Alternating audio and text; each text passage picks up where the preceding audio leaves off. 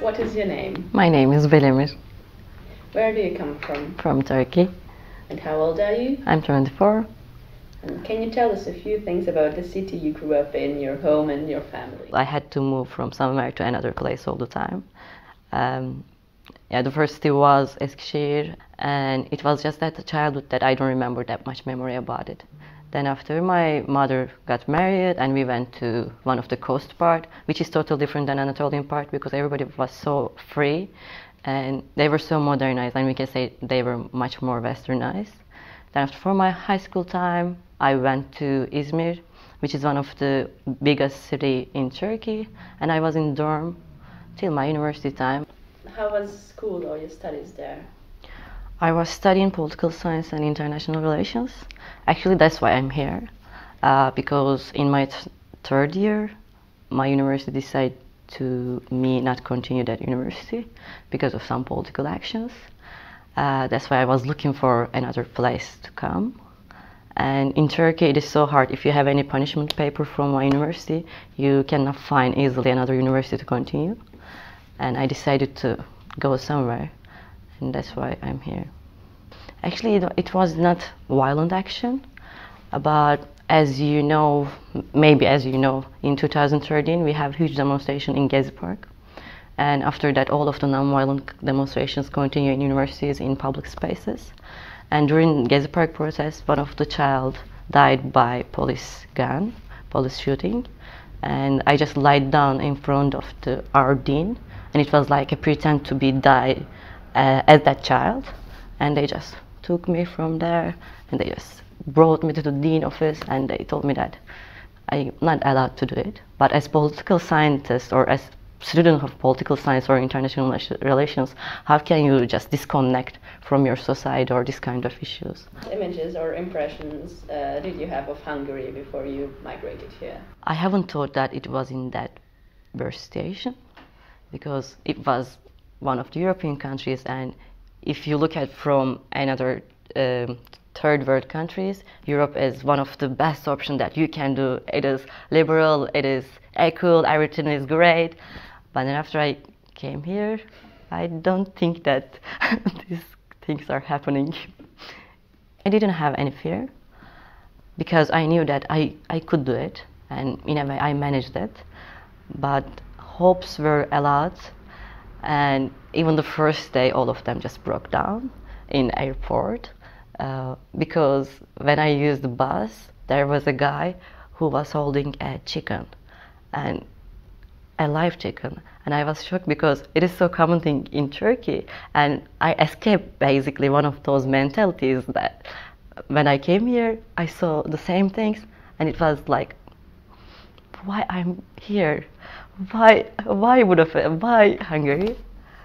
Then after I took bus, and all of the way was like a ghetto city, and everywhere like with graffitis and everything. It was not like a European cities. And when I just look around, yeah, there are some British, of course, some French and some German.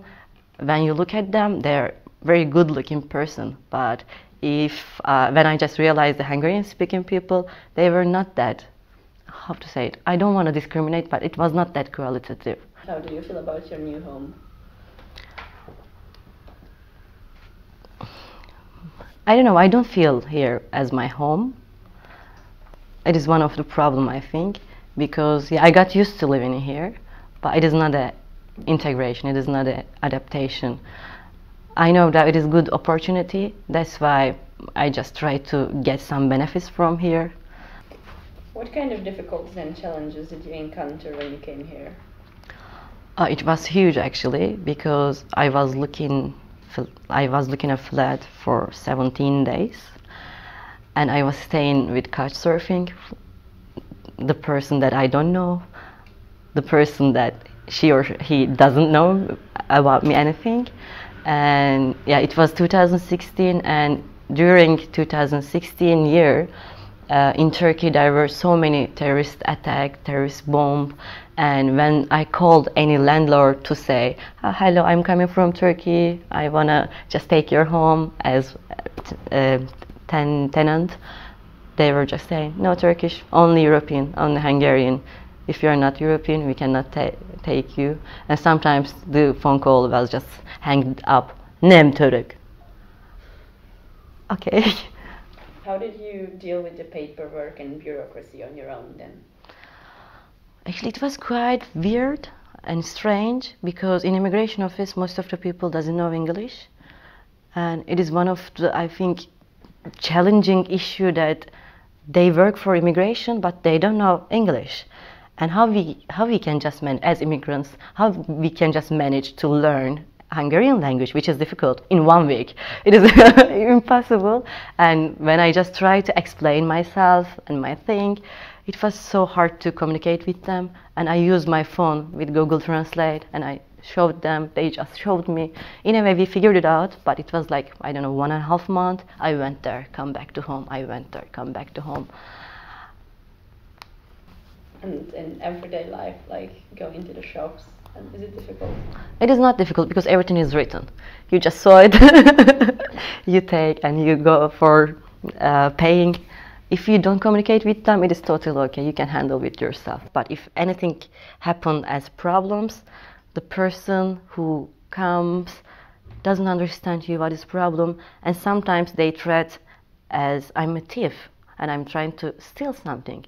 What were the traditions and customs in your family back home? My family, actually I have two sides of my family. My father's side is coming from Crimea, and my mother's family is basically oppressed family in Turkey because their religion is not Sunni based in Islam, and they are Alawite, and basically they thought that everything that we made is reflection of God. We are just mirror of God. In Islam, if you say it, it is basically that you can be targeted easily. That's why our traditions are based on respect and share, and we call it as imece. And if anybody needs anything, you can help him or her without considering monetary issues. You can be with it. And it was so good that I grew up with sharing culture. It is so important for me because basically the fabric of this vest is made by my grandma's one of dressing. And every time that I wear it, I feel that she is with me. My mom is calling me 3 times in a day. I think because our relationship is not based on the mommy and child relationship. After I lost my father when I was 5, she was the only person that I can befriend. She can be my mom, she can be my father, she can be my everything. And after I came here, she was like, are you good? Are you okay? Did you eat? Did you sleep? She's the only person that every day I communicate. Have you made friends here? The funny point is, they're Turkish. Yeah, in a way, you escape and you have some hope about the new country, some international, I don't know, atmosphere. But if you have some problems, the language is not enough to share everything, share every emotion. What do you think is the biggest difference between your home country, Turkey, and your host country, Hungary? There are so many similarities rather than differences. But yeah, one of the good advantage of Hungary is European Union, because even though your government wants to do something bad about society, there is one huge power that can interpret or block it. But in my country, after especially the last elections, this presidential system is coming, and in that sense, it is just going to be kinda dictatorship, and I don't think that it will happen here. What do you think about the current socio-political situation of Hungary? After I came here, when I learned how to reach the news and societal situation in Hungary, especially from translations and from some Hungarian friends, every week or every day some scandal happened. And they are basically based on illiberal democracy, or it is attack to freedom of people, freedom of speech, and everything is just going worse. Yeah, it is better, still it is better than my country. But I can say that there are 8 or 10 years between Turkey and Hungary. It is so strange that government create an enemy and society believes it.